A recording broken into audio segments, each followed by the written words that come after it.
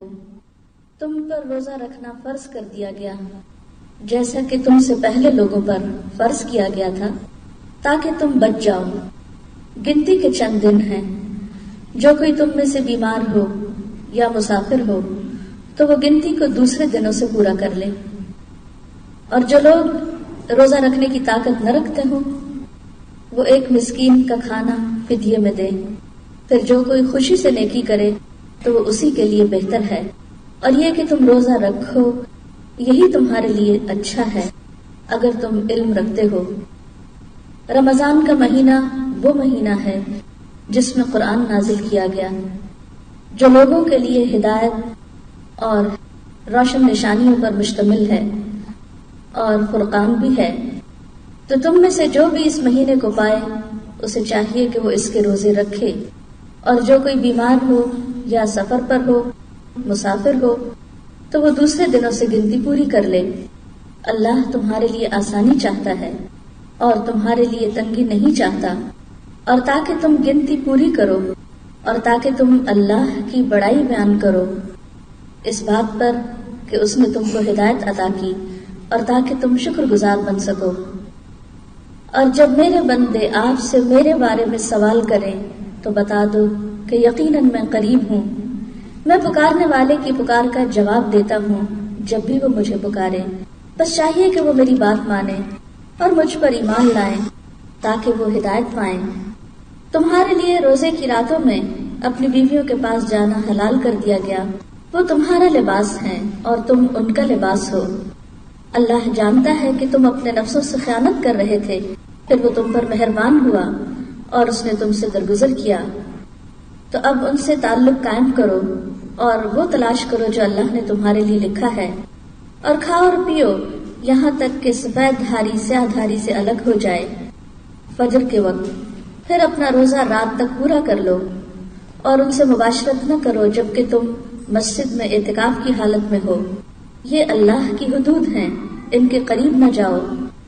اسی طرح اللہ تعالیٰ اپنی نشانیاں لوگوں کے لیے واضح فرماتا ہے تاکہ وہ بچ سکے۔ تھوڑی دیر کے لیے سوچئے کہ آپ کی عمر کیا ہے۔ ہم سب کو اپنے بارے میں اتنا تو پتہ ہی ہوتا ہے کہ ہم کتنے سال کے ہو گئے۔ پھر یہ سوچئے کہ آپ بالغ کب سے ہیں۔ پھر آپ سوچئے کہ آپ کی زندگی میں کتنے رمضان گزر چکے ہیں۔ پھر سوچئے کہ ایک اور رمضان کا اس زندگی میں مل جانا اللہ کی کتنی بڑی نعمت ہے، کتنا بڑا احسان ہے کہ اس نے مجھے ایک موقع اور دے دیا، ایک چانس اور دے دیا، اور مجھے اس موقع کو گنوانا نہیں، مجھے اس وقت کو ضائع نہیں کرنا، مجھے نیکیوں کے اس موسم بہار میں نیکیوں میں پیچھے نہیں رہنا، مجھے اس مہینے سے حقیقت میں وہ حاصل کرنا ہے جس کے لیے اللہ نے مجھے یہ چانس عطا کیا ہے، یہ نعمت عطا کی ہے، یہ رحمت عطا کی ہے۔ کتنے ہی لوگ ایسے ہوں گے جو پچھلے رمضان میں دنیا میں موجود تھے اور اب موجود نہیں ہیں، ان کا چانس ختم ہو گیا، لیکن ہمیں ایک موقع اور مل گیا۔ جیسا کہ آپ نے ان آیات میں دیکھا کہ روزے کا مقصد ایک ہی ہے اور وہ ہے تقویٰ۔ روزے کا اگر لفظی معنی دیکھا جائے تو لفظی معنی ہے رک جانا، سٹاپ، یعنی لفظ روزہ آتے ہی ذہن میں کیا آنا چاہیے؟ سٹاپ، رک جاؤ۔ جیسے آپ رکتے ہیں کہاں؟ ریڈ لائٹ پہ۔ آپ تیز گاڑی دوڑا کے جا رہے ہوتے ہیں، سرخ بتی جل گئی، آپ رک جاتے ہیں، سٹاپ، آگے نہیں جانا۔ روزہ دراصل ہمیں رک جانے کی ٹریننگ دیتا ہے، رک جانے کا سبق سکھاتا ہے کہ رک جانا ہے۔ خواہ کتنا بھی لذیذ کھانا اور کتنا بھی اچھا کھانا ہمارے سامنے ہو، لیکن ایک خاص وقت کی حد تک جب ہم پہنچتے ہیں، حتی یتبین لکم الخیط الابیض من الخیط الاسود، تو ہم رک جاتے ہیں، ہاتھ روک لیتے ہیں۔ اسی طرح رات کو نیند کے لیے کتنا بھی دل چاہ رہا، کتنی بھی نیند آئی ہو، لیکن سونے میں کمی کر دیتے ہیں، سونے سے رک جاتے ہیں۔ کیونکہ دن کی عبادت تو روزہ ہے اور رات کی عبادت قیام اللیل ہے، جسے ہم عام طور پہ تراویح کہتے ہیں، جو رات کے پہلے حصے میں ادا کی جاتی ہے۔ آخری حصے میں ادا کریں تو وہ تہجد کہلاتی ہے، اور پہلے حصے میں ادا کریں تو تراویح ہوتی ہے۔ اور پھر نہ صرف یہ کہ کھانے پینے سے رکنا، شوہر اور بیوی کے جائز اور حلال تعلق سے رکنا، نیند سے رکنا، بلکہ اس کے ساتھ ساتھ اور بھی بہت سی ایسی باتوں سے رکنا کہ جو ہمارے لیے نقصان دہ ہیں، جو واقعی ہمیں اللہ تعالیٰ کی ناراضگی کی طرف لے جاتی ہیں۔ تو گویا روزہ ایک ٹریننگ ہے، یا دوسرا نام ہے سیلف کنٹرول کا۔ روکنے کے لیے کیا کیا جاتا ہے؟ جیسے آپ گاڑی کو کیسے روکتے ہیں؟ بریک لگا کے، اور بریک لگاتے لگاتے بالکل ایک لائن پہ آ کے پھر اس سے آگے نہیں جاتے۔ تو گویا آپ نے گاڑی کو کنٹرول کر لیا، روک لیا۔ بالکل اسی طرح روزہ ہمیں رک جانے کی، اپنے آپ کو کنٹرول کرنے کی ٹریننگ دیتا ہے، سبق دیتا ہے۔ تو ہم سب کو رک جانا ہے بہت سی چیزوں سے، اور اس رک جانے کا اصل مقصد کیا ہے؟ یہ خود کو برے انجام سے بچنے کے لیے گناہوں سے رک جانا، گناہوں سے بچنا، اللہ کی ناراضگی کے کاموں سے بچنا، اور اللہ کی رضا کی خاطر اور آخرت کے عذاب سے بچنے کے لیے اللہ کی اطاعت کے کاموں کو کرنا۔ تو تقویٰ دو چیزوں پر مشتمل ہے، ایک کرنے پر اور ایک نہ کرنے پر۔ تو اگر ہمیں رمضان کے مہینے میں اپنا گول اچیو کرنا ہے، اور وہ کیا ہے جو میں نے نہیں سیٹ کیا، وہ اللہ نے ہمارے لیے سیٹ کر دیا، لعلکم تتقون، تاکہ تمہارے اندر تقویٰ آ جائے، تم غلط کاموں سے بچنا سیکھ جاؤ، اور تم اللہ کی اطاعت کرنے پر آمادہ ہو جاؤ۔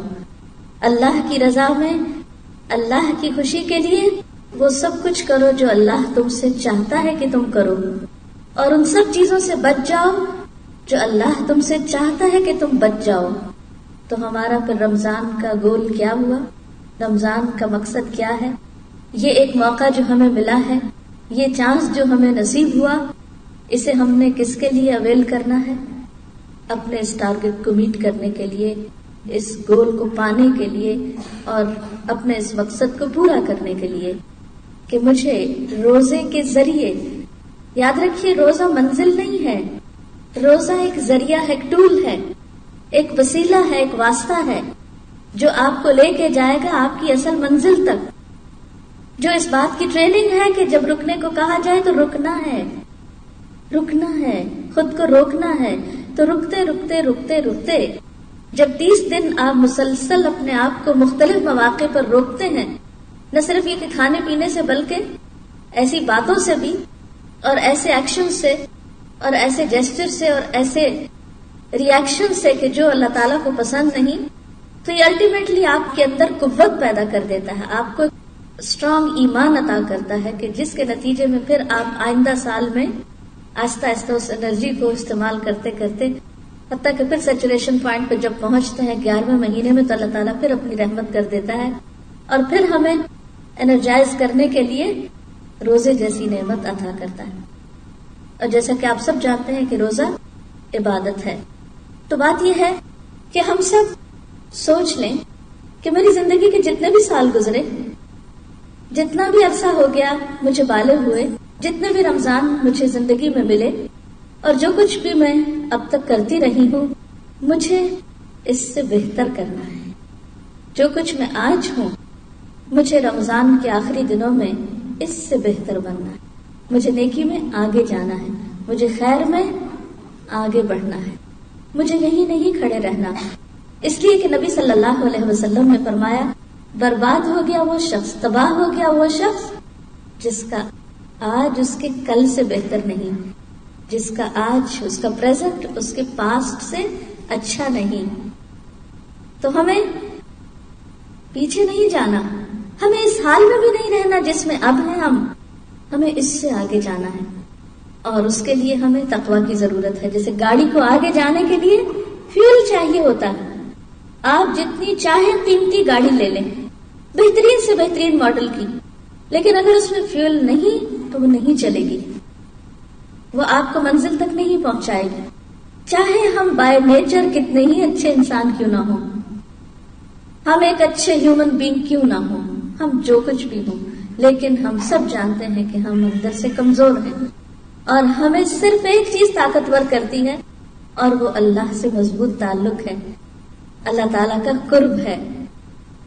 تو تقویٰ ہر اس چیز کو دور کرتا ہے، وہ سارے بیریئر ہٹاتا ہے جو ہمیں دراصل اللہ تعالیٰ تک پہنچنے میں رکاوٹ پیدا کرتے ہیں یا ہماری سپیڈ کو سلو کر دیتے ہیں۔ تو ہمیں جتنے بھی ہماری سپیڈ میں سپیڈ بریکرز آتے ہیں، ہمارے گناہ دراصل کیا ہے؟ سپیڈ بریکر ہیں جو ہمیں اللہ تعالیٰ تک پہنچنے نہیں دیتے، اس اعلیٰ منزل تک جانے نہیں دیتے۔ تو رمضان میں ملنے والی اس قوت سے انشاءاللہ ایسی برائیوں اور ایسی خرابیوں کو چھوڑنا ہے جو ابھی تک ہم نہیں چھوڑ سکے۔ سب اس بات کو جانتے ہیں کہ انسانوں کے اندر جو تبدیلی آتی ہے وہ بالکل فطری طور پر آتی ہے، بالکل ایسے ہی جیسے موسم تبدیل ہوتا ہے۔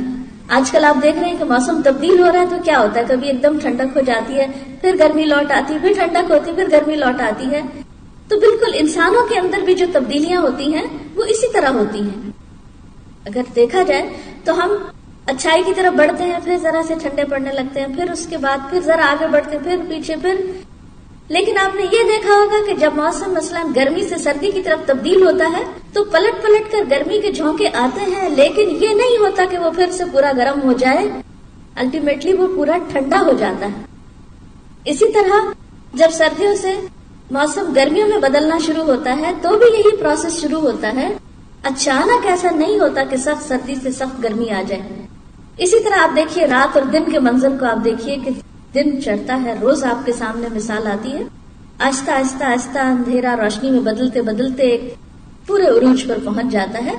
انسانوں کے اندر جو تزکیہ کا عمل ہوتا ہے، اچھا بننے کا جو عمل ہوتا ہے، اس پر بھی اسی طرح کے فیزز گزرتے ہیں، اور انسان اچھائی کی طرف جو چل بھی پڑتا ہے تو اس میں ایسا ہوتا ہے کہ آپ اچھائی کی طرف آگے بڑھے، آپ نے کوشش کی، پھر کوئی رکاوٹ آ گئی، اب پھر تھوڑا سا پیچھے پلٹے، پھر آپ نے کوشش جاری رکھی، پھر آگے بڑھے، اور آگے بڑھتے بڑھتے آپ ایک دن انشاءاللہ اللہ کے قریب کی منزل پہ پہنچیں گے۔ لیکن اس کے لیے کیا شرط ہے؟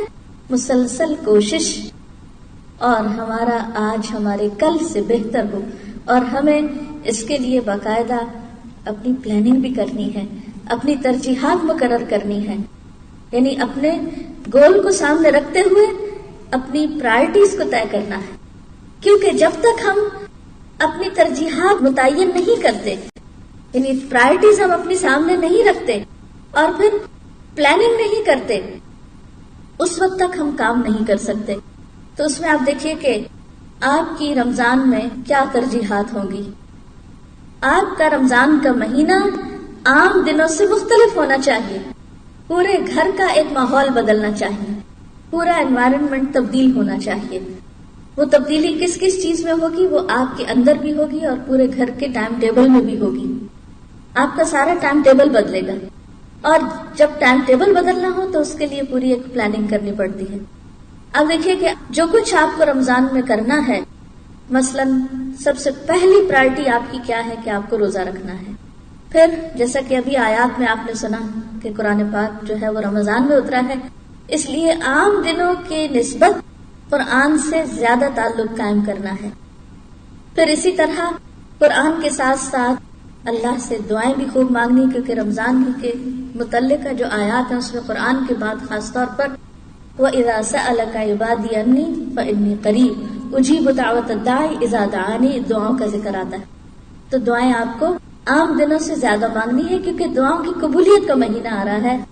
سحر کا وقت، رات کا پچھلا وقت جو ہوتا ہے وہ سب سے زیادہ دعاؤں کی قبولیت کا وقت ہوتا ہے۔ عام دنوں میں ہم سحری کے وقت نہیں اٹھتے، لیکن رمضان میں ہمیں لازماً اٹھنا پڑتا ہے سحری کھانے کے لیے، کیونکہ سحری کھانے میں بھی برکت ہے اور اس میں بھی اجر اور ثواب ہے۔ تو اس وقت دعاؤں کی قبولیت کا وقت ہے۔ پھر آپ سارا دن عبادت میں ہوتے ہیں، روزے کی حالت میں ہوتے ہیں، وہ بذات خود ایک اللہ کے قرب کا ذریعہ ہے، اور پھر اس میں دعا قبول ہوتی ہے۔ پھر افطار کا وقت خاص طور پر دعاؤں کی قبولیت کا وقت ہے، اس میں آپ کو دعائیں کرنی ہیں۔ تو گویا عام دنوں کی نسبت آپ کی دعائیں بھی زیادہ ہوں گی. عام دنوں کی نسبت نمبر 1 روزہ، نمبر 2 قرآن سے تعلق، نمبر 3 دعائیں، اور پھر اٹھتے بیٹھتے ذکر کا بھی اہتمام، کیونکہ روزے کی بھوک کانسٹنٹ ریمائنڈر ہوتی ہے اس بات کا کہ there is some change in your life. تو وہ چینج جو ہے وہ آپ کو کس چیز کے قریب کرے؟ اللہ کے قریب کرنے کے. اور سب سے زیادہ انسان اللہ کے قریب کب ہوتا ہے؟ جب وہ ذکر کی حالت میں ہوتا ہے، کیونکہ بندے کے ہونٹ جب تک اللہ کے ذکر میں ہلتے رہتے ہیں اللہ تعالیٰ بندے کے ساتھ ہوتا ہے. اور پھر اسی طرح صدقہ خیرات، کیونکہ یہ مہینہ ایک دوسرے کی ہمدردی کرنے کا مہینہ ہے، غمخواری کرنے کا مہینہ ہے، جس مہینے میں انسان کے جو اعمال ہیں وہ عام دنوں کی نسبت زیادہ اجر اور ثواب کے مستحق ہوتے ہیں. لہٰذا آپ کو عام دنوں کی نسبت زیادہ صدقہ خیرات کرنا ہے.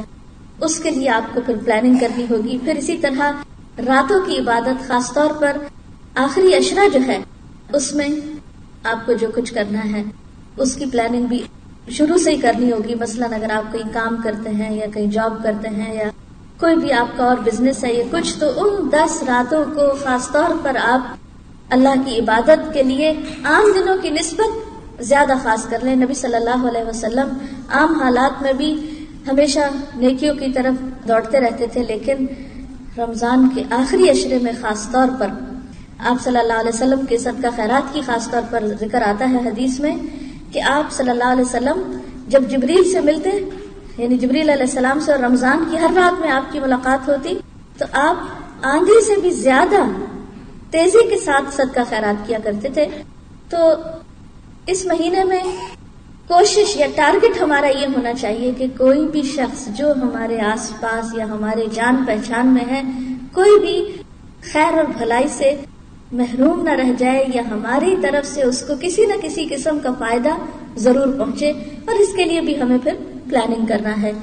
اور زکوٰۃ کے علاوہ افطار کی شکل میں یا عید کے تحائف کی شکل میں یا پھر دین کی تعلیم کو آگے بڑھانے کے لیے یا فقراء، مساکین، یتامى جو بھی لوگ ہیں ان سب کی مدد اور خدمت کے لیے، خواہ وہ یہاں ہیں خواہ وہ کہیں اور ہیں، اس کے لیے بھی آپ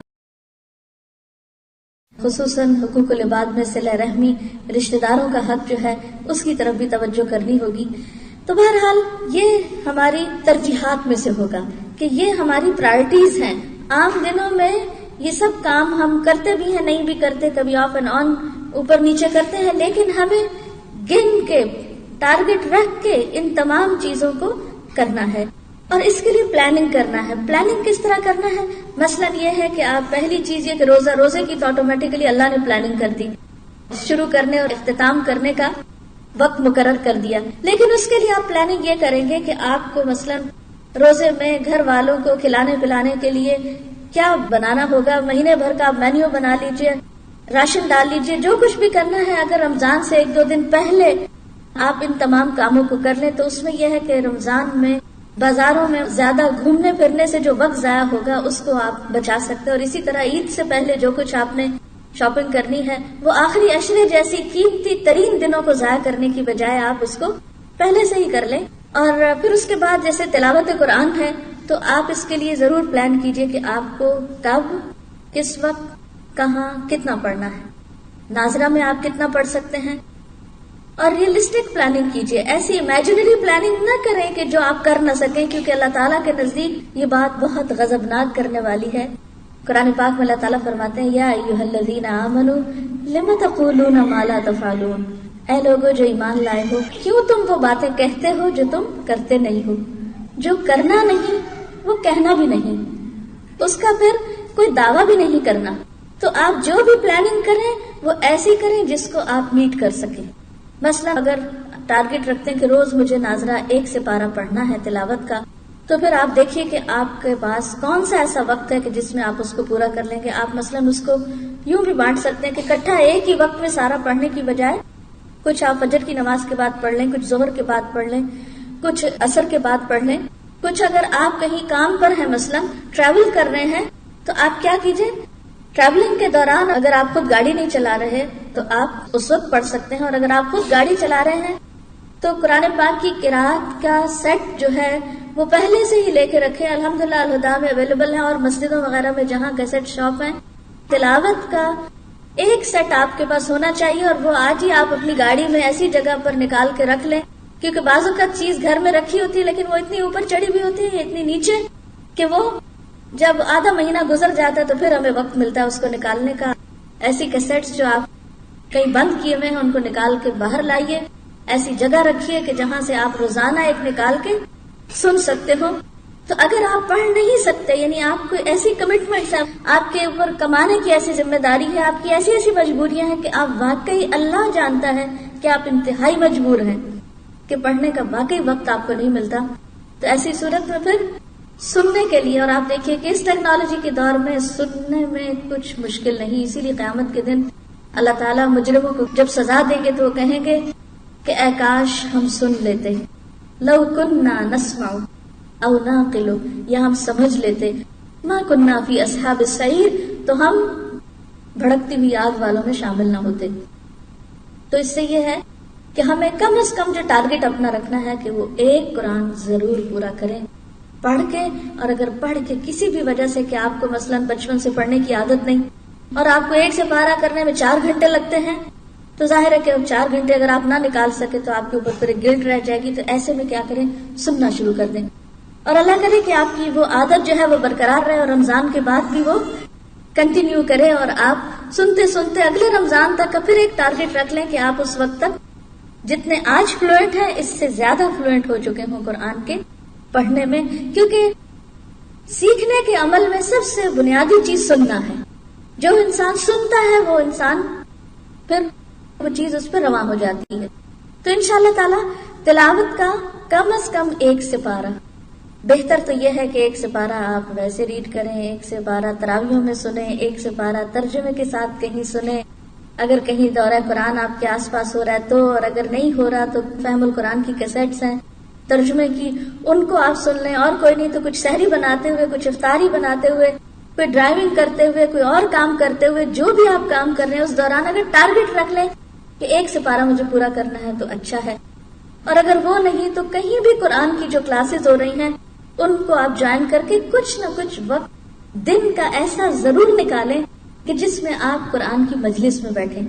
چاہے گھر والوں کے ساتھ وہ مجلس کریں یا کہیں باہر جا کے کریں، لیکن قرآن کی مجلس میں بیٹھ کر جو قرآن انسان کے اندر جذب ہوتا ہے اس کی تو بات ہی کیا ہے.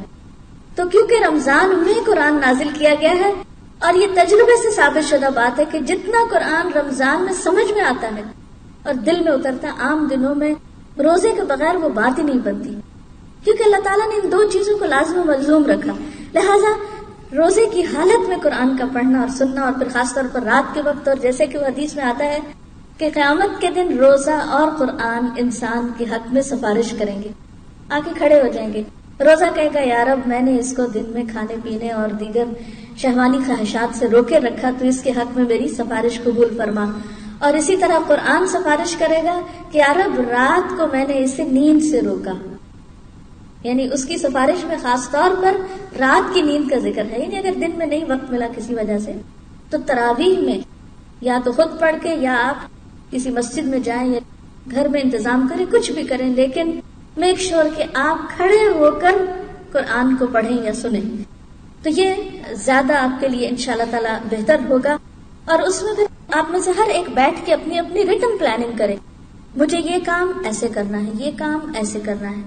پھر اگر تراویح پڑھنا ہے تو پہلے سے طے کر لیں کہ تراویح کہاں پڑھنے جائیں گے آپ، کون سی قریب ترین مسجد یا جگہ ہے. یہ نہ ہو کہ ادھر سے نماز کا وقت ہو اور ادھر گھر میں بیٹھ کے آپ جھگڑ رہے ہو، ایک کہے وہاں چلے دوسرا کہے وہاں چلے، اور آپ پہنچے اس وقت جبکہ پہلے حصہ جو ہے وہ قرآن کا پورا ہو چکا ہو. تو آپ کو ٹارگٹ یہ رکھنا چاہیے کہ مجھے لیٹ نہیں جانا نماز میں، مجھے پورا کرنا ہے، لہٰذا مجھے اول وقت پہنچنا ہے تاکہ میں اپنا پورا سن سکوں. اور انشاءاللہ جب آپ نیت کر لیتے ہیں نا، ارادہ کر لیتے ہیں، 100% کا آپ ارادہ کر لیتے ہیں، تو انشاءاللہ اگر آپ اس میں سے 98% کر پائے، 95 کر پائے، تو بھی جو آپ کی نیت تھی اللہ تعالیٰ اس کو کاؤنٹ کرے گا اور آپ کا اجر پورا ہو جائے گا. اور پھر یہ ہے کہ اس میں استقامت اختیار کریں، کبھی ایک مسجد میں جانا، کبھی دوسری میں، کبھی تیسری میں، کبھی چوتھی میں، کہیں سے کچھ کہیں سے کچھ کہیں سے کچھ. یہ طریقہ ٹھیک نہیں ہے، کیونکہ اس میں آپ کا قرآن پورا نہیں ہوتا. آپ سنجیدگی کے ساتھ کھڑے ہو کر اول سے آخر تک نہیں سن سکتے. لہٰذا جہاں بھی جانا ہے جو آپ کی چوائس ہے، قاری صاحب بہت اچھا پڑھتے ہیں یا کم اچھا پڑھتے ہیں، جو بھی کرتے ہیں کرتے رہیں، لیکن آپ کے نزدیک اس وقت خوبصورت قراتیں سننا مقصد نہیں ہونا چاہیے. مقصد یہ ہونا چاہیے کہ مجھے ایک ترتیب کے ساتھ اپنا پورا قرآن جو ہے اس کو سننا ہے. اس سے آپ دیکھیں گے کہ آپ کے اندر ایک خاص قسم کی سیٹسفیکشن بھی پیدا ہوگی، ایک اطمینان پیدا ہوگا. جب ہم ادھورے کام کرتے ہیں تو ہم کہیں کے نہیں ہوتے، نہ ادھر کے نہ ادھر کے.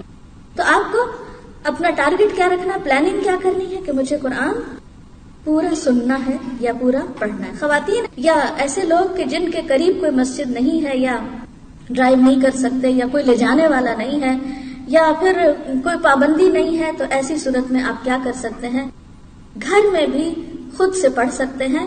اور اس کے لیے ہمیں دلیل ملتی ہے حضرت عائشہ رضی اللہ تعالی عنہا کے غلام حضرت زکوان کی، کہ جو مصحف سے دیکھ کر نفل نماز پڑھتے تھے. اور اب بھی آپ خانہ کعبہ میں تراویح کے موقع پہ چلے جائیں، حتیٰ کہ امام پڑھ بھی رہے ہوتے ہیں تو پیچھے لوگوں نے اپنا بھی کھولا ہوتا ہے، کیونکہ سن کے دیکھ کے پڑھنے سے زیادہ سمجھ میں آتا ہے. اور نفل نماز میں اس کی اجازت ہے، رخصت موجود ہے. تو جو لوگ نہ کہیں جا سکتے ہوں وہ کھول کے بھی پڑھ لیں. اور اس میں آپ یہ بھی کر سکتے ہیں کہ اگر دن میں آپ کو الگ سے تلاوت کا وقت نہیں ملا تو پھر آپ کی تلاوت اور نماز دونوں رات کو نفل میں اکٹھی ہو جائے گی، دونوں چیزیں اکٹھی کر لیں. دیکھیے سب کے اوپر ایک فارمولا نہیں فٹ ہو سکتا. جیسے آپ سب کے ڈریسز فرق ہوتے ہیں نا، ہر ایک کا سائز فرق ہے، بالکل اسی طرح ہر شخص کی لمٹ اور کیپیسٹی فرق ہے. سب کو ایک فارمولا نہیں دے سکتے. اور میں آپ کو اب لسٹ بنا دوں، جی آپ کو ہر روز 1 سپارہ تلاوت کرنا ہے، تراویح پڑھ، بہت اچھا ہے جو یہ سب کر سکے. جو یہ سب نہ کر سکیں تو وہ پھر کم از کم کچھ تو ضرور کریں. اور منیمم کیا ہے کہ آپ تراویح میں پھر 1 سپارہ یا سنیں یا پھر اس کو دیکھ کے پڑھ کے اپنی تراویح مکمل کریں. پھر اس کے بعد آپ دیکھیے کہ اگلا ٹارگٹ ہمارا کیا ہے کہ دعائیں، یعنی کہ ہم نے عام دنوں سے زیادہ دعائیں مانگنی ہیں. اس کے لیے بھی تھوڑی سی پلاننگ کر لیں. مثلا آپ کے پاس دعاؤں کی کتابیں موجود ہوگی، الحمدللہ ہر جگہ سے اویلیبل ہیں. نہیں تو الہدا کے اسٹال پہ اللہ کا شکر ہے اسٹاک موجود ہے. اور آپ اس میں بھی پلاننگ کس طرح کریں کہ مثلا سحری کے وقت آپ نے قرآنی اور مسنون دعاؤں سے آپ نے دعائیں پڑھنی ہیں. آپ روز کا ایک پیج باندھ لیں کہ مجھے 1 پیج پڑھنا ہے، 2 پڑھنے ہیں، ساری پڑھنی ہے. اٹ ڈیپینڈس کہ آپ کے پاس کتنا ٹائم.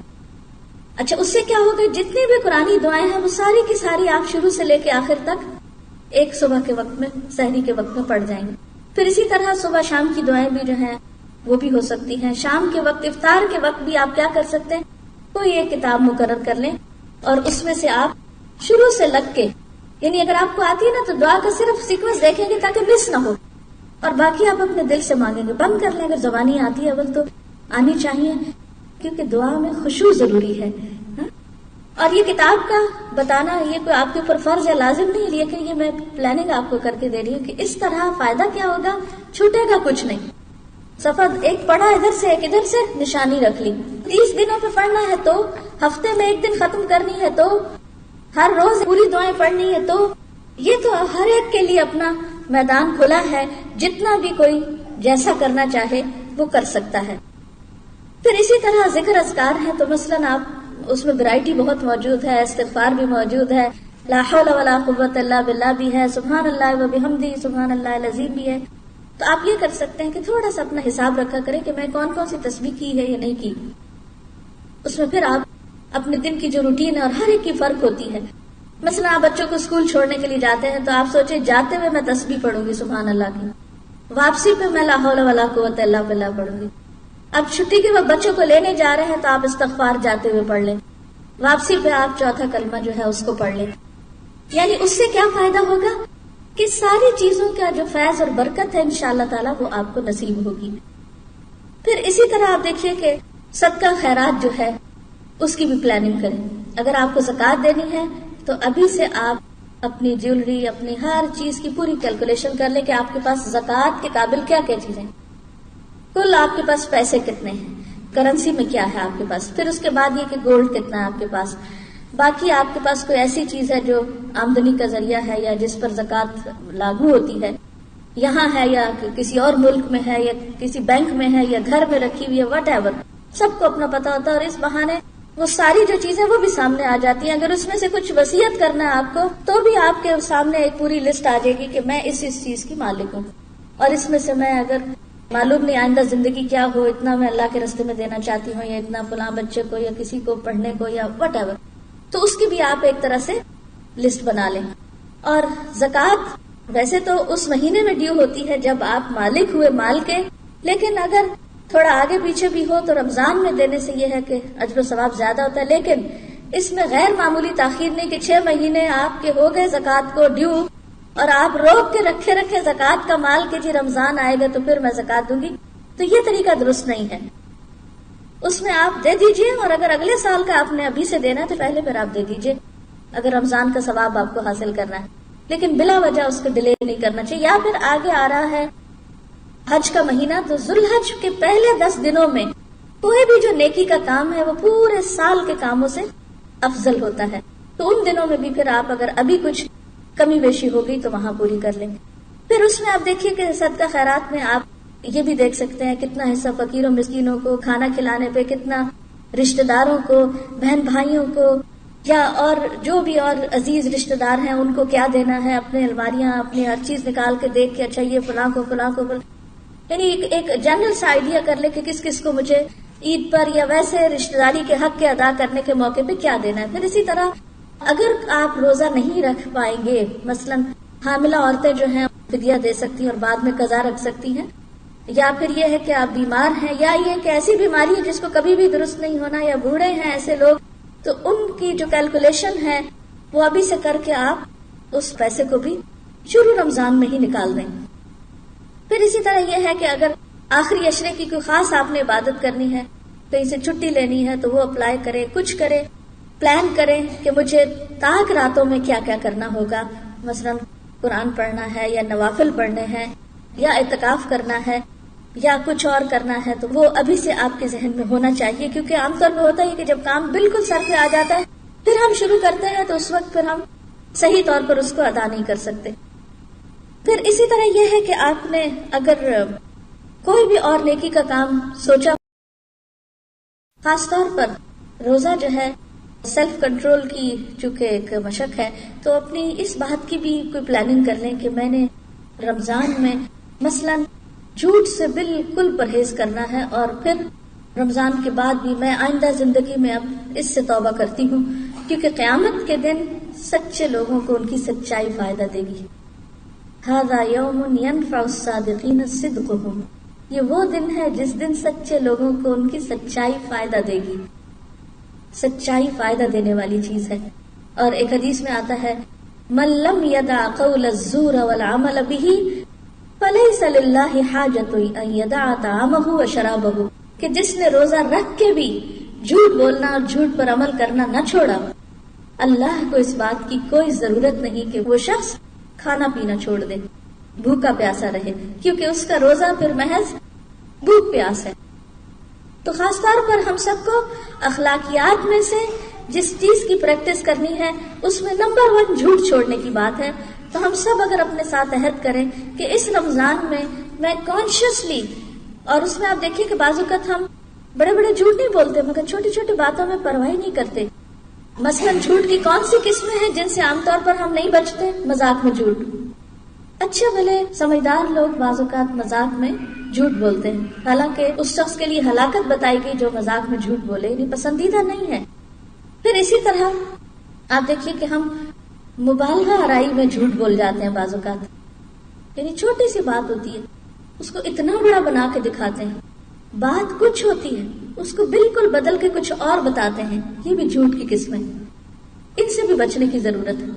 جو چیز جتنی ہے اس کو اتنا ہی رکھیں، اس کو اس کی حد سے آگے نہ بڑھائیں، کیونکہ زیادتی کسی بھی چیز میں، چاہے وہ گفتگو میں ہو، چاہے وہ سچ اور جھوٹ کے درمیان کا جو حصہ ہے اس میں ہو، چاہے وہ بچوں سے ہو، وہ بھی پسندیدہ نہیں. کیونکہ مائیں خاص طور پر اس مشکل کا شکار ہوتی ہیں کہ بچے جب تنگ کرتے ہیں یا کسی خاص چیز کے لیے ضد کرتے ہیں یا کوئی خاص کام ان سے کرانا مقصود ہوتا ہے تو عموماً جھوٹ کا سہارا لیتی ہیں. یہ کرو گے تو میں تمہیں فلاں چیز لے کر دوں گی، جھوٹے وعدے کر لیتی ہیں بعض اوقات.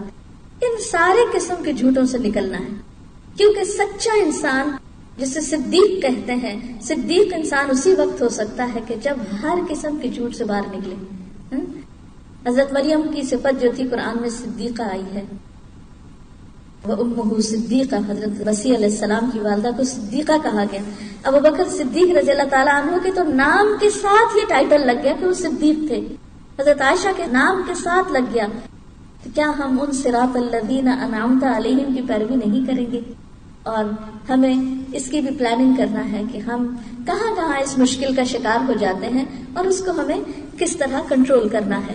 تو دو باتیں ہو گئی. نمبر 1 ہمیں پرائرٹی سیٹ کرنی ہے، گھر کا ٹائم ٹیبل بدلے گا، اور کچھ کام ہمیں اس مہینے میں روزے کا تقاضا سمجھتے ہوئے کرنے ہیں، اور ان کاموں کو کرنے کے لیے ٹارگٹ مقرر کرنے ہیں، ٹائمنگز مقرر کرنے ہیں، طریقے طے کرنے ہیں.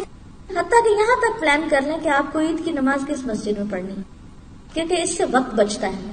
جو لوگ صحیح پلاننگ نہیں کرتے اور پھر اس پلاننگ کے ساتھ لگ نہیں جاتے، وہ زندگی میں کچھ کر نہیں پاتے، کیونکہ وہ لاسٹ مومنٹ پر بھی شیکی ہوتے ہیں. اچھا وہاں جانا ہے یا یہاں، آدھے راستے پہ جا کے نہیں وہاں زیادہ بہتر ہے، اور اچھا وہ تو ابھی مجھے پتا چلا کہ اس کا تو ٹائم ہی گزر گیا، ابھی پھر واپس پلٹو، گاڑی ادھر موڑو اور وہاں چلتے. پہلے سے ہی پتا کر کے رکھنا ہے تراویح کا ٹائم کیا ہے کسی مسجد میں جہاں آپ جانے والے ہیں، عید کی نماز کس مسجد میں کس وقت ہوگی، پہلی نماز پڑھنی ہے یا دوسری پڑھنی ہے، کیا کرنا ہے کیا نہیں کرنا ہے، سب چیزوں کا طے کر لیں. اور اس کے بعد مثلاً آپ ماں ہیں، ماں کی ایک بہت بڑی ذمہ داری ہے، گھر کا سارا نظام جو ہے ان کے ہاتھ میں ہوتا ہے، لہٰذا یہاں آپ اپنی کچھ اتھارٹی بھی استعمال کریں. بچوں کو اور میاں کو اور سب کو تھوڑا سا آپ بیٹھ کے ان سے مشورہ کریں، کیونکہ پلاننگ میں مشورہ ضروری ہے. مشورہ کریں اور اس کے بعد آپ کروائیں، میک شور کہ یہ چیزیں ہو رہی ہیں. اور پھر آپ دیکھیے آپ تو تنہا چل بھی نہیں سکتے، آپ کو تو بچوں کو بھی ساتھ لے کے جانا ہے. وہ قرآن پڑھ رہے ہیں یا نہیں پڑھ رہے، وہ نماز پڑھ رہے ہیں یا نہیں پڑھ رہے، فرائض کی بھی پابندی کر رہے ہیں یا نہیں کر رہے. اور باقی انہوں نے ٹھیک ہے وہ سب کچھ وہ نہیں کریں گے، لیکن انشاءاللہ اگر آپ کرتے ہوئے نظر آئیں گے ان کو، تو آپ کو دیکھ کر وہ بھی سیکھیں گے کہ انہیں بھی یہ سب کچھ کرنا ہے. تو انشاءاللہ العزیز ہم نے جو اپنا ٹارگٹ رکھا کہ ہمیں پہلے سے بہتر بننا ہے، پہلے سے اچھا بننا ہے، ہمیں نیکیوں میں آگے جانا ہے، تو پھر اس میں آپ دیکھیے کہ ہمیں عبادات میں بھی اچھا بننا ہے. مثلاً روزہ ہے تو سوچا سمجھا روزہ ہو، اللہ کی خاطر ہو. نماز ہے تو اس میں آپ دیکھیے کہ گول کیا رکھنا ہے کہ مجھے پہلے سے بہتر نماز پڑھنی، خشوع و خضوع کے اعتبار سے، یا اس کا معنی سمجھتے ہوئے پڑھنا ہے. اندر سے مزید اچھا کیسے بننا ہے، اپنے دل میں اللہ کی اور محبت لانی ہے، اللہ تعالیٰ کے اوپر توکل کو بڑھانا ہے، یقین کو بڑھانا ہے، اعتماد کو بڑھانا ہے، اللہ کے خوف اور خشیت کو بڑھانا ہے. اور سب سے بڑھ کر یہ ہے کہ روزہ جو ہے وہ صبر اور ضبط نفس اور برداشت. تو اندر کیا لانا ہے، اندر میں آپ اسٹرانگ کیسے ہونا ہے، اپنے لیے ایک لفظ چن لیجیے اور وہ یہ ہے برداشت. یعنی پورا مہینہ آپ کو اپنی اندرونی حالت کی پریکٹس کرنے کے لیے برداشت کو اپنا موٹو بنانا ہے کہ مجھے برداشت کرنا، مجھے بھوک برداشت کر رہی ہوں تو مجھے دوسرے کی کڑوی کسیلی باتیں بھی برداشت کرنی ہے، مجھے اپنے غصے کو بھی کنٹرول کرنا ہے، مجھے اپنے فضول باتیں کرنے کی جو عادت ہے اس کو بھی کنٹرول کرنا ہے، زیادہ کثرت کلام کو بھی کنٹرول کرنا ہے. تو یہ جو سیلف کنٹرول ہے یہ ہوگا تو آپ بہتر انسان بن سکیں گے. اور جیسے بہترین ڈرائیونگ اس شخص کی ہوتی ہے کہ جس کو گاڑی پر بہترین کنٹرول ہوتا ہے اور وہ ایک الرٹ اور کانشیس انسان ہوتا ہے، بالکل اسی طرح بہترین روزہ تبھی ہو سکتا ہے جب آپ کانشیسلی روزہ رکھیں اور آپ کو سیلف کنٹرول بھی نصیب ہو. پھر اس کے بعد آپ دیکھیے کہ مجھے اپنی گفتگو میں بھی بہتری لانی ہے، یعنی اچھا انسان اگر بننا ہے تو مجھے اپنی نہ صرف یہ کہ اندر کی کیفیت اچھی کرنی ہے، مجھے اپنی گفتگو کو بھی اچھا کرنا ہے. اور گفتگو میں سب سے بڑھ کر دو چیزیں، ایک دیکھیے تقویٰ جو میں نے بتایا تھا آپ کو، کچھ کرنے کے کام ہوتے ہیں اور کچھ چھوڑنے کے کام ہوتے ہیں. تو گفتگو میں اچھی اچھی باتیں جہاں کرنی ہے وہاں، دوسری طرف جھوٹ سے بچنا ہے اور لغو گفتگو سے بچنا ہے، کیونکہ قد افلح المؤمنون الذین هم فی صلاتهم خاشعون والذین هم عن اللغو معرضون. یقیناً کامیاب ہو گئے وہ لوگ جو اپنی نمازوں میں خشوع اختیار کرتے ہیں اور جو لغو سے پرہیز کرتے ہیں. لغو، بیہودہ، بیکار، فضول لایانی بے مقصد ایسی گفتگو سے پرہیز کرنا ہے، غیر ضروری طویل گفتگو سے پرہیز کرنا ہے، مناسب الفاظ استعمال کرنے ہیں، اور انشاءاللہ جب آپ نیت کر لیں گے نا اور آپ ارادہ کر لیں گے تو اللہ تعالیٰ آپ کو توفیق بھی دے گا۔ آپ کو معلوم ہے کہ پچھلی قوموں میں چپ کا روزہ بھی ہوتا تھا، ان کو صرف کھانے سے نہیں روکا جاتا تھا بلکہ ان کو بولنے سے بھی روکا جاتا تھا۔ یہ اللہ کا بڑا احسان ہے کہ ہم سے وہ چپ کا روزہ تو اٹھا لیا گیا اور صرف باقی روزہ رہ گیا، لیکن بالکل چپ نہیں ہمیں ہونا، مگر یہ ہے کہ ہم اپنی کثرت کلام کو ایک لمٹ کے اندر ضرور لائیں۔ اب دیکھیے نا، ہر چیز کی ایک لمٹ ہوتی ہے۔ اگر آپ کی زبان غیر ضروری باتوں میں زیادہ استعمال ہوئی، آپ کے دماغ بھی لگ رہا ہے، آپ کی انرجی بھی لگ رہی ہے، تو وقت کہاں بچے گا کہ آپ پھر تلاوت کر سکے؟ وقت کہاں بچے گا کہ آپ پھر کوئی ذکر اور بہترین کام بھی کر سکے؟ تو اس کے لیے بے حد ضروری ہے کہ آپ کے اندر ایک سنجیدگی بھی ہو۔ اس کے بعد یہ ہے کہ بہتر انسان بننے کے لیے آپ کا جو عمل ہے یا آپ کے جو جسم کے اعضاء ہیں ان سے بہتر کام لینا، خواہ وہ اللہ کی عبادت میں ہو، نماز وغیرہ میں، خواہ وہ بندوں کی خدمت میں ہو۔ یعنی اگر آپ کسی کا ہاتھ بھی تھام لیتے ہیں، کسی کو سپورٹ دے دیتے ہیں، کسی کو اچھا مشورہ دے دیتے ہیں، کسی کا دکھ بانٹ لیتے ہیں، تو یہ بھی سارا کیا ہے؟ ایک طرح سے نیکی کا ہی ایک کام کر رہے ہیں اور اس میں آپ بہتری لا رہے ہیں۔ پھر اسی طرح یہ ہے کہ خاص طور پر حرام سے بچنا ہے۔ حرام چاہے وہ گفتگو میں ہو، خواہ وہ کھانے میں ہو، خواہ وہ کسی بھی چیز میں ہو۔ مثلا گفتگو میں حرام صرف جھوٹ نہیں ہے بلکہ غیبت بھی ہے، چغلی بھی ہے، لڑائی جھگڑے کی باتیں، تان و تشنیع بھی ہے کہ کسی کو بول کے تانا دینا کہ تم ایسے ہو ویسے ہو، لڑائی جھگڑا، گالی گلوچ، کیونکہ یہ سب کچھ روزے کے منافی ہے۔ اور نبی صلی اللہ علیہ وسلم نے خاص طور پر روزے کی حالت میں لڑائی جھگڑے اور گالی گلوچ سے منع کیا ہے کہ روزے کی حالت میں ایسا نہ کرو، اور اگر کوئی تمہیں گالی دے تو تم کیا کہو؟ انی امرؤ صائم، کہ میرا تو روزہ ہے۔ لیکن ہم میں سے کتنے لوگوں نے کبھی کسی کی لڑائی کا جواب اس سے دیا ہو کہ میرا تو روزہ ہے؟ آپ اتنا جملہ بولے تو صحیح، سب لڑائی ختم ہو جائے گی کہ میرا تو روزہ ہے، میں تو جواب نہیں دے سکتا، کیونکہ مومن تو ساری زندگی روزے سے ہوتا ہے۔ اگر پوچھے تو رمضان کا مہینہ تو صرف یاد دہانی کرانے کے لیے آتا ہے، ورنہ اگر حقیقت میں دیکھا جائے تو مومن کا روزہ تو ساری زندگی کا روزہ ہے، مرتے دم تک کا روزہ ہے۔ اسے حرام چیزوں سے بچنا ہے، چاہے وہ گفتگو میں ہو، چاہے کھانے پینے میں ہو، چاہے کسی بھی اور طرح کی غلط چیزیں ہوں۔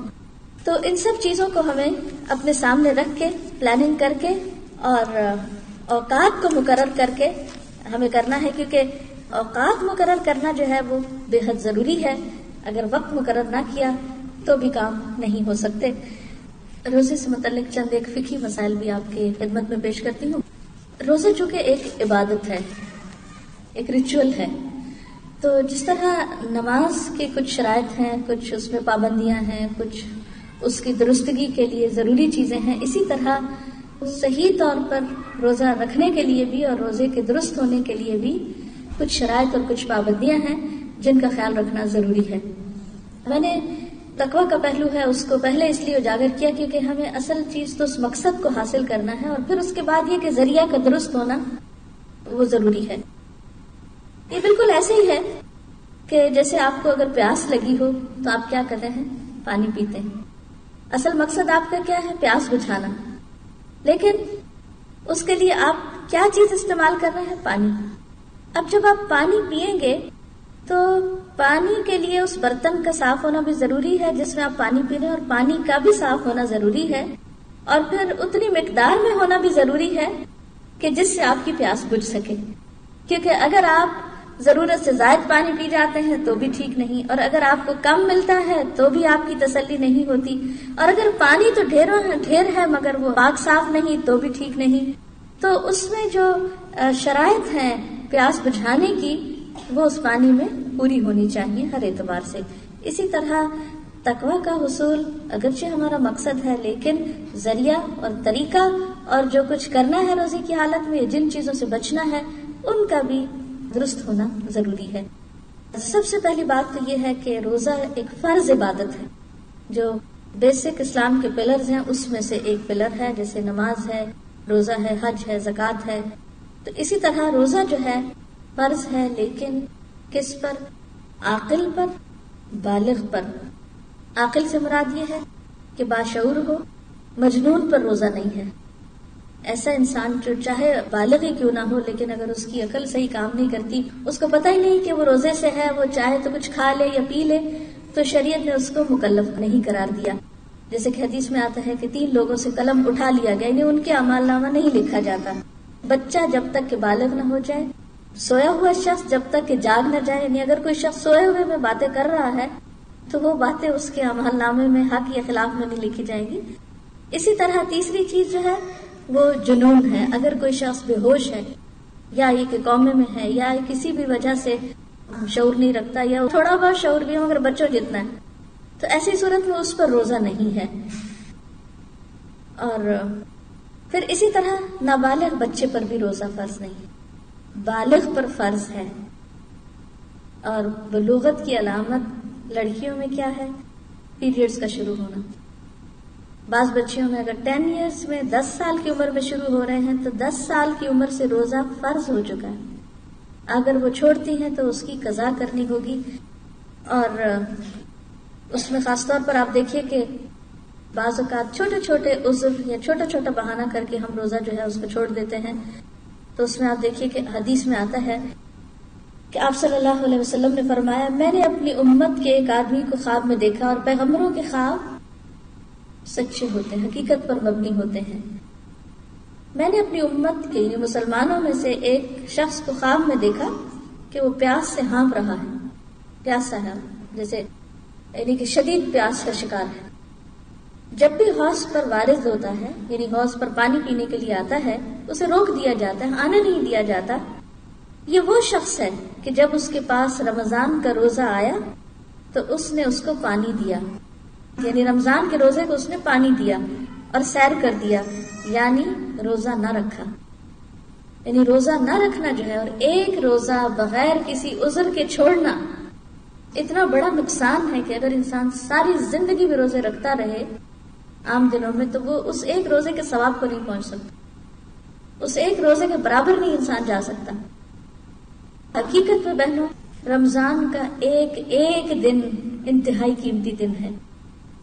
تو چھوٹے چھوٹے عذر، بہانے، وجوہات اور سبب بنا کے روزہ چھوڑنا نہیں چاہیے. ہاں، جن کو اللہ نے معذور کر دیا، اگر حاملہ عورت ہے یا بچے کو دودھ پلانے والی عورت ہے اور دودھ میں کمی کا اندیشہ ہے، تو ایسی صورت میں پھر بچے کی چونکہ ساری زندگی کے آگے صحت کا مسئلہ ہے تو روزہ نہ رکھے عورت تو کوئی بات نہیں. ورنہ یہ ہے کہ اگر بچہ بڑا ہے تھوڑا اور وہ اس کے ساتھ کھانا پینا بھی کر رہا ہے، سالڈز پہ ہے، فوڈ ہے اور ساتھ تھوڑا دودھ بھی ہے اتنی مقدار کے جس سے اس کی غذائی ضرورت پوری ہو رہی ہے، تو اس صورت میں روزہ رکھا بھی جا سکتا ہے. اگین آپ دیکھیے کہ جہاں قرآن پاک میں آتا ہے الذین یطیقونہ، کہ وہ لوگ جو اس کی طاقت رکھتے تو ہم مگر مشقت سے روزہ رکھیں، یا یہ کہ طاقت ہی نہ ہو تو پھر وہ فدیہ دے دیں.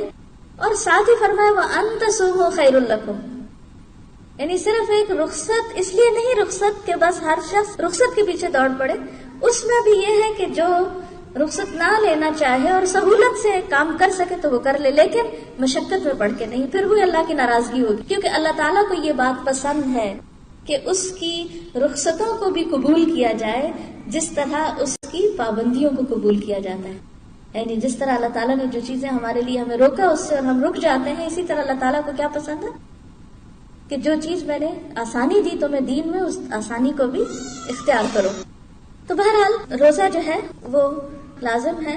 اور لڑکے کے لیے یہ ہے کہ اس کے احتلام جو ہوتا ہے، واٹری ڈسچارج جو نیند کی حالت میں ہوتا ہے آٹومیٹیکلی، جس کو احتلام بولتے ہیں، جب وہ شروع ہو جائے اور اس کی علامت عام طور پر آواز کا بدلنا یا آواز کا بھاری ہونا ہے تو وہ اس کی بلوغت کی علامت ہے. اور اس میں ضروری نہیں کہ کوئی ایک ایج ہے کہ آپ 10 سال ہے یا 11 ہے یا 12 ہے. پھر طبیعتوں پہ، نسلوں پہ، علاقوں کے فرق سے یہ سمپٹمز فرق ہو سکتی ہیں.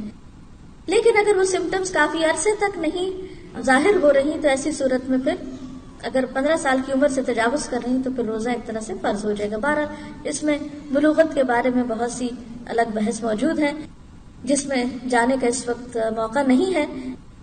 اسی طرح مریض کو روزہ نہ رکھنے کی رخصت ہے. لیکن مریض کون سا مریض؟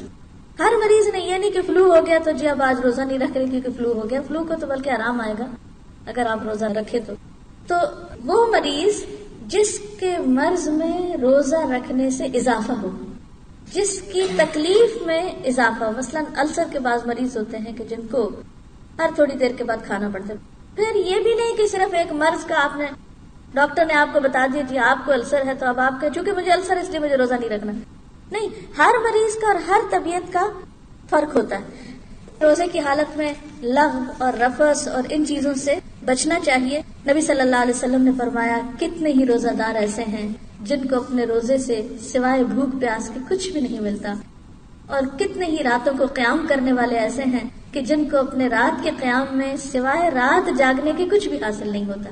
تو کیونکہ انہوں نے شعور کے ساتھ نہ روزہ رکھا اور نہ ہی اس کا احترام کیا اور نہ ہی اس کی جو حقیقی کنڈیشنز تھی ان کو فلفل کیا، تو اس سے وہ ایک مشقت اور محنت تو کی مگر اجر سے خالی رہ گئے. تو ہمیں شعوری روزہ رکھنا ہے اور اللہ کے لیے اپنی عبادت کو خالص رکھنا ہے، اور اس میں کسی بھی اظہار اور اس کی ضرورت نہیں ہے. اس میں آپ دیکھیے، آپ تجربے سے دیکھیں گے جتنی بھی کوئی نیکی ہمیں توفیق ہوتی ہے نا، یہ صرف اللہ کے اذن سے ہوتی ہے، اور یہ اللہ کی خاص رحمت ہوتی ہے کہ ہمیں کوئی بھی نیکی کے کام کرنے کا موقع مل جائے. اللہ ہمیں چن لے کسی بھی نیکی کے لیے. لیکن جب آپ کے دل میں ریاکاری یا اپنی بڑائی یا کوئی بھی ایسی بات آتی ہے اور آپ اسے ظاہر کرنے لگتے ہیں تو آپ نے دیکھا ہوگا کہ اکثر اس کے بعد کر ہی نہیں پاتے. یعنی وہ ایسے لگتا ہے کہ جیسے وہاں سے سٹاپ لگ گیا. جب کام میں دکھاوا آ جاتا ہے نا تو اس سے نقصان کیا ہوتا ہے کہ وہ جس کی توفیق سے کر رہے تھے نا وہ مدد کا ہاتھ پیچھے سے ہٹ جاتا ہے اور کام جو ہے وہ سب کھٹائی میں پڑ جاتا ہے. تو کوشش یہ کیا کریں کہ اپنی نیت کو چاہے چھوٹی نیکی ہو یا بڑی ہو اللہ کے لیے خالص کرتے ہوئے. اس لیے تو کہیں چھوٹا موٹا بیان کرنا کافی ہے کہ دوسروں کو دیکھ کے شوق ہو جائے اپنے بچوں سے یا قریبی لوگوں سے، لیکن عموماً نیکیوں کا اظہار یا اعلان جو ہے وہ انسان کو کبھی تکبر میں مبتلا کر دیتا ہے، کبھی ریاکاری کا اندیشہ ہو جاتا ہے، اور تقویٰ کی جو ایک کیفیت ہے اس میں بہرحال انسان کو کچھ نہ کچھ نقصان ہو جاتا ہے. پھر اسی طرح یہ ہے کہ اگر رات کو جنابت کی وجہ سے غسل کی ضرورت تو اس کے لیے شرط نہیں کہ سحری سے پہلے کیا جائے. مثلا اگر آنکھ دیر سے کھلی تو انسان کے میں تو ناپاک ہوں اور اب تو میں آج روزہ ہی نہیں رکھ سکتی کیونکہ میں تو پاک ہی نہیں. اگر ناپاک بھی ہے تو کوئی بات نہیں، سحری کھا لیجیے اور نماز سے پہلے آپ غسل کر سکتے ہیں. بہت سے لوگوں کو یہ مسئلہ نہیں معلوم ہوتا جس کی وجہ سے بعض اوقات وہ روزے میں خلل کر جاتے ہیں. حدیث میں آتا ہے کہ نبی صلی اللہ علیہ وسلم کو بعض اوقات اس طرح فجر ہوتی کہ آپ جنابت کی حالت میں ہوتے، آپ سحری کھا لیتے اور اس کے بعد غسل فرماتے، یعنی فجر کی اذان کے بعد بھی آپ نہا سکتے ہیں. پھر اسی طرح آپ دیکھیں روزے کی حالت میں منہ میں ایک خاص قسم کی بساند ہو جاتی، اگرچہ وہ جو بساند ہے وہ اللہ تعالیٰ کو بہت پسند ہے، وہ کستوری سے بھی زیادہ خوشبودار ہے اللہ کے ہاں، لیکن اس کے باوجود مسواک کی کثرت کرنی چاہیے تاکہ جو منہ کے اندر سے اسمیل ہے وہ بلا وجہ دوسروں کو اذیت دینے کا سبب نہ بنے. نبی صلی اللہ علیہ وسلم روزے کی حالت میں مسواک کیا کرتے تھے، اور مسواک سے اگر مسواک کی کڑواہٹ یا کسی بھی قسم کا ذائقہ زبان پر آتا ہے تو چونکہ وہ حلق سے نیچے نہیں جاتا اس سے روزہ مکروہ نہیں ہوتا یا روزہ ٹوٹتا نہیں ہے. پھر اسی طرح یہ ہے کہ شوہر اور بیوی کا جسمانی تعلق تو درست نہیں ہے، لیکن ویسے اگر ایک دوسرے کے قریب آنے سے یا ایک دوسرے کو ہاتھ لگانے سے روزہ جو ہے وہ نہیں ٹوٹتا. پھر اسی طرح سرما لگانے سے بھی روزہ نہیں ٹوٹتا، یا آنکھ میں کوئی تھوڑی بہت دوا اگر ڈالے، لیکن شرط یہ ہے کہ وہ حلق سے نیچے نہ جائے. دھواں یا کھانے کی خوشبو سے بھی روزہ نہیں ٹوٹتا، یا کلی کرنے سے روزہ نہیں ٹوٹتا. شرط یہ ہے کہ بس حلق سے نیچے کوئی چیز نہیں جانی چاہیے. اسی طرح بعض اوقات بعض لوگ استھما کی وجہ سے اگر وہ پپ لیتے ہیں تو وہ بھی ہے کہ لنگز میں جاتا ہے، اسٹمک میں نہیں جاتا، تو جو چیز اسٹمک میں جائے اس سے روزہ ٹوٹتا ہے. ہاں، اس سے پرہیز کرنا چاہیے کہ کوئی بھی چیز گلے کی کھانے کی نالی کے ذریعے آپ کے پیٹ میں اترے، چاہے وہ تھوڑی مقدار میں ہو، چاہے وہ ایک قطرے کے برابر ہو، اس سے روزہ باقی نہیں رہتا. اسی طرح یہ ہے کہ جان بوجھ کے کھانے سے روزہ ٹوٹتا ہے، اور جان بوجھ کے قے کرنے سے بھی. یعنی ایک تو قے ہے جو خود ہی آ گئی، مثلا بعض لوگ سحری کے وقت نہیں کھا سکتے، اور اگر وہ زبردستی ثواب سمجھ کے کچھ کھا لیتے ہیں تو پھر وہ اندر نہیں رکھ سکتے اور وہ قے کر دیتے ہیں. اگر تو قے خود آ گئی تو روزہ نہیں جائے گا، لیکن اگر آپ نے منہ میں انگلی ڈال کے یا کسی بھی چیز سے آپ نے خود قے کی تو اس سے پھر روزہ باقی نہیں رہے گا. اور پھر اسی طرح یہ ہے کہ اگر کوئی شخص جان بوجھ کے روزہ توڑے، مثلا وہ شوہر بیوی کا تعلق قائم کر لیا کسی نے روزے کی حالت میں، یا کچھ جان کے کھا لیا اس نے، تو اس کا کفارہ صرف ایک روزہ رکھنا نہیں ہے یا مسکین کا فدیہ نہیں ہے، بلکہ کفارہ 2 مہینے مسلسل روزے رکھنا ہے، یا پھر غلام آزاد کرنا ہے، یا پھر 60 مسکینوں کو کھانا کھلانا ہے۔ یعنی پہلی چیز غلام آزاد کرنا، اگر وہ نہیں تو 2 مہینے کے متواتر روزے رکھنا۔ یعنی اس سے آپ اندازہ لگائیں کہ اللہ کی حرمتوں کو توڑنے کا کتنا بڑا جرمانہ ہے۔ دس از اے فائن کہ ایسے امور سے یا ایسی چیزوں سے پرہیز کرنا چاہیے۔ کہتے ہیں نا تلک حدود اللہ فلا تقربوها، یہ اللہ کی حدود ہے، قریب نہ جاؤ، کیونکہ جب قریب جاؤ گے تو پھر کیا ہوگا؟ حدود توڑنے کا اندیشہ ہو جائے گا، اس میں پڑ بھی سکتے اس مشکل میں۔ تو ایسے میں اگر کسی نے سابقہ زندگی میں کوئی ایسی خطا ہوئی ہو یا بھول ہوئی ہو تو اس کا کفارہ کیا ہے؟ ایک غلام آزاد کرنا، وہ نہ ملے تو 2 مہینے کے روزے رکھنا، اور اگر وہ اب عمر گزر گئی رکھنے کی تو پھر 60 مسکینوں کو کھانا کھلانا جو ہے وہ اس کا کفارہ ہے۔ وہ دنیا میں اپنی زندگی میں اپنے ہاتھ سے ہی دے جانا چاہیے بنسبت اس کے کہ انسان جہالت کی حالت میں اللہ کے ہاں پہنچ جائے اور پکڑ ہو۔ پھر اسی طرح یہ ہے کہ انجیکشن میں اگر کوئی دوا وغیرہ ہے، انرجی جس سے نہیں ملتی تو کوئی حرج نہیں، لیکن اگر کوئی ایسی چیز کہ جس سے انسان کو جیسے گلوکوز کو لے رہا ہے یا کوئی ایسی چیز لے رہا ہے، چاہے وہ حلق سے نہ بھی ہو، ڈائریکٹ اسٹمک میں ڈالی جا رہی ہو، تو اس سے بھی روزہ جو ہے وہ ٹوٹ جائے گا، کیونکہ غذا کا جسم میں داخل کرنا درست نہیں ہے۔ پھر اسی طرح اگر دن میں کوئی سو رہا ہے اور اس کو احتلام ہو گیا ہے اور نہانے کی ضرورت پیش آ گئی تو اس سے روزہ نہیں ٹوٹے گا، الا یہ کہ جان بوجھ کر کسی نے کسی بھی غلط طریقے سے کوئی ایسا کام کیا ہو، اس سے روزہ باقی نہیں رہے گا۔ یہ چند ایک مسائل تھے جو آپ کے سامنے رکھنا ضروری تھے، صرف یاد دہانی کے لیے، کیونکہ سال گزر جاتا ہے تو پھر کچھ باتیں پتہ ہوتی بھی ہیں اور ہمیں بھول جاتی ہیں۔ اس کے ساتھ ہی میں آج کی گفتگو کا اختتام کرتی ہوں۔ اللہ تعالی ہم سب کو اس حال میں رمضان گزارنے کی توفیق دے کہ ہم واقعی اس کے پیارے بندوں میں شامل ہو سکے، اور یہ رمضان ہمارے لیے پہلے سے زیادہ خیر اور بھلائی اور نیکیوں اور تقوی میں اضافے کا سبب بنے۔ وآخر دعوانا ان الحمد للہ رب العالمین۔ سبحانک اللہم وبحمدک نشہد ان لا الہ الا انت نستغفرک ونتوب الیک۔ السلام علیکم ورحمۃ اللہ وبرکاتہ۔ کاتو کاتو کاتو کاتو کاتو کاتو